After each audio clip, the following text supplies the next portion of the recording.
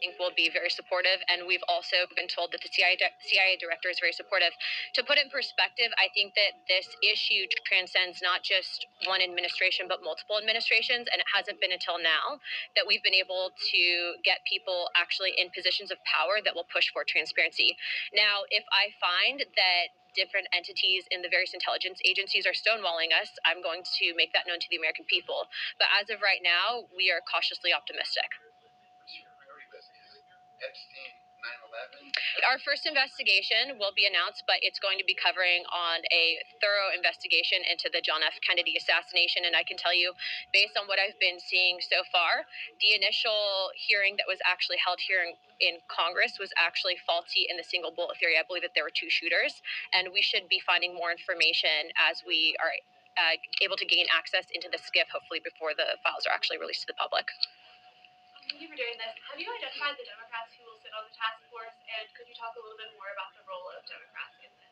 Yeah, so again, this is a bipartisan commission. Remember, JFK was a Democrat, RFK was a Democrat, and I'm sure that I think the entire conference has a question on what actually happened with Dr. Martin Luther King, but also UAPs. You guys know that that was the biggest bipartisan bicameral hearing that we've ever had, I think, in congressional history.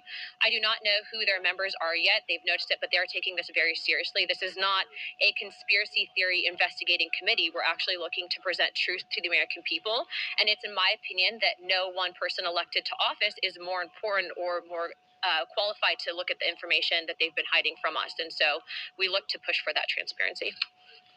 What sort of witnesses do you expect to have at your hearings? I know you said the first one's in March. That department heads, former employees of various agencies. Would you like to jump in? Yeah, I was going to say, based on what we're actually looking to do with the JFK investigation, I'm looking to actually bring in some of the attending physicians at the initial assassination, and then also people that had been on the various commissions looking into, like the Warren Commission looking into the initial assassinations. There's been conflicting evidence, and I think that even the FBI at the time reported some anomalies in the initial autopsy at Bethesda, Maryland.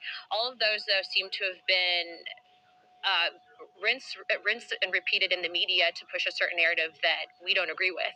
And so I think that in order to put to bed some of the theories that have been out there on John F. Kennedy, we have to know the full truth. And the full truth starts with transparency. And that's why these files is so important for the American people to read.